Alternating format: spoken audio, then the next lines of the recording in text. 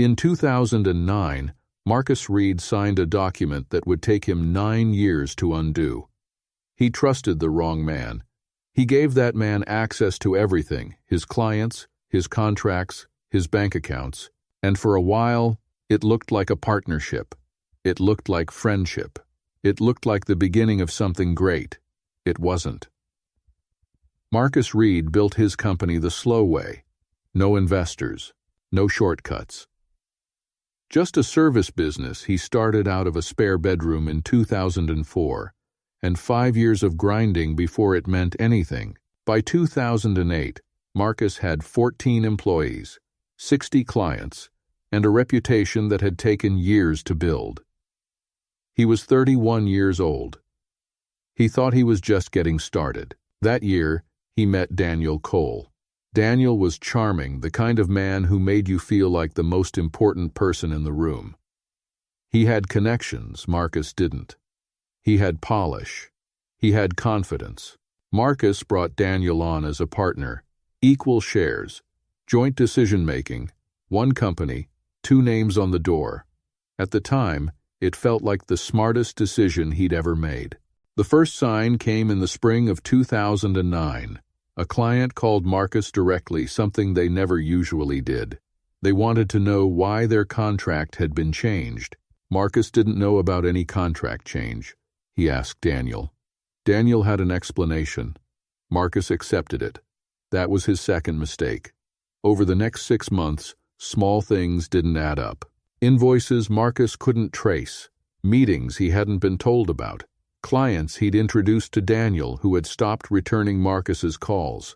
Then in October, Marcus found the account, a business account, same company name, different bank, only one signature required, Daniel's. In the months that followed, the full picture came into view. Daniel had been quietly redirecting clients, renegotiating contracts in his own name, building a parallel version of Marcus's company using Marcus's clients, Marcus's contacts, and Marcus's reputation. By January 2010, Daniel had left the partnership and taken 38 of the 60 clients with him.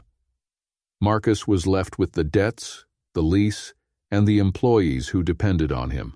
Most people, at this point, would have sued, filed for bankruptcy, started over somewhere else. Marcus did none of those things. Instead, he started writing things down. Every client Daniel had taken, every contract that had been moved, every communication that didn't add up. He wasn't building a case yet. He didn't know what he was building. He just knew intuitively that someday it would matter. For 3 years, Marcus rebuilt. Quietly, methodically. He replaced the clients he'd lost. He expanded into new markets. He hired carefully. He said nothing about Daniel publicly, but he watched. And in 2013, something interesting happened. One of Daniel's former clients reached out. They'd had a falling out, and they had documents. Marcus listened, took notes, thanked them, and kept watching. Over the next 4 years, 3 more former clients came forward. Each one had a piece of the picture. Each one had been wronged in a slightly different way. By 2017, Marcus had something that wasn't just a grudge. It was a file.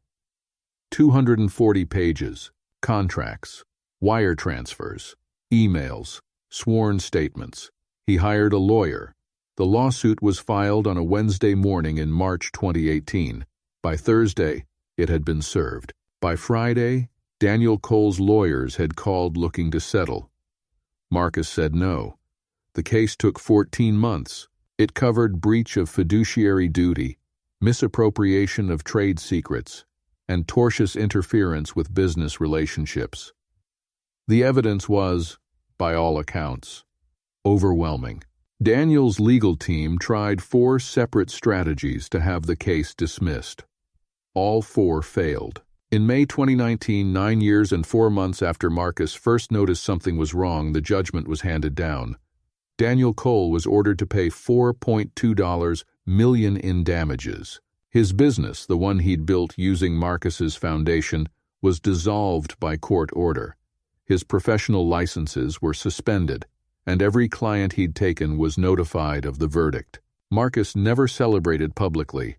No social media post, no interview, no statement. He had one thing to say when it was over. One sentence to a colleague who asked him how he felt. "I just needed him to feel what I felt."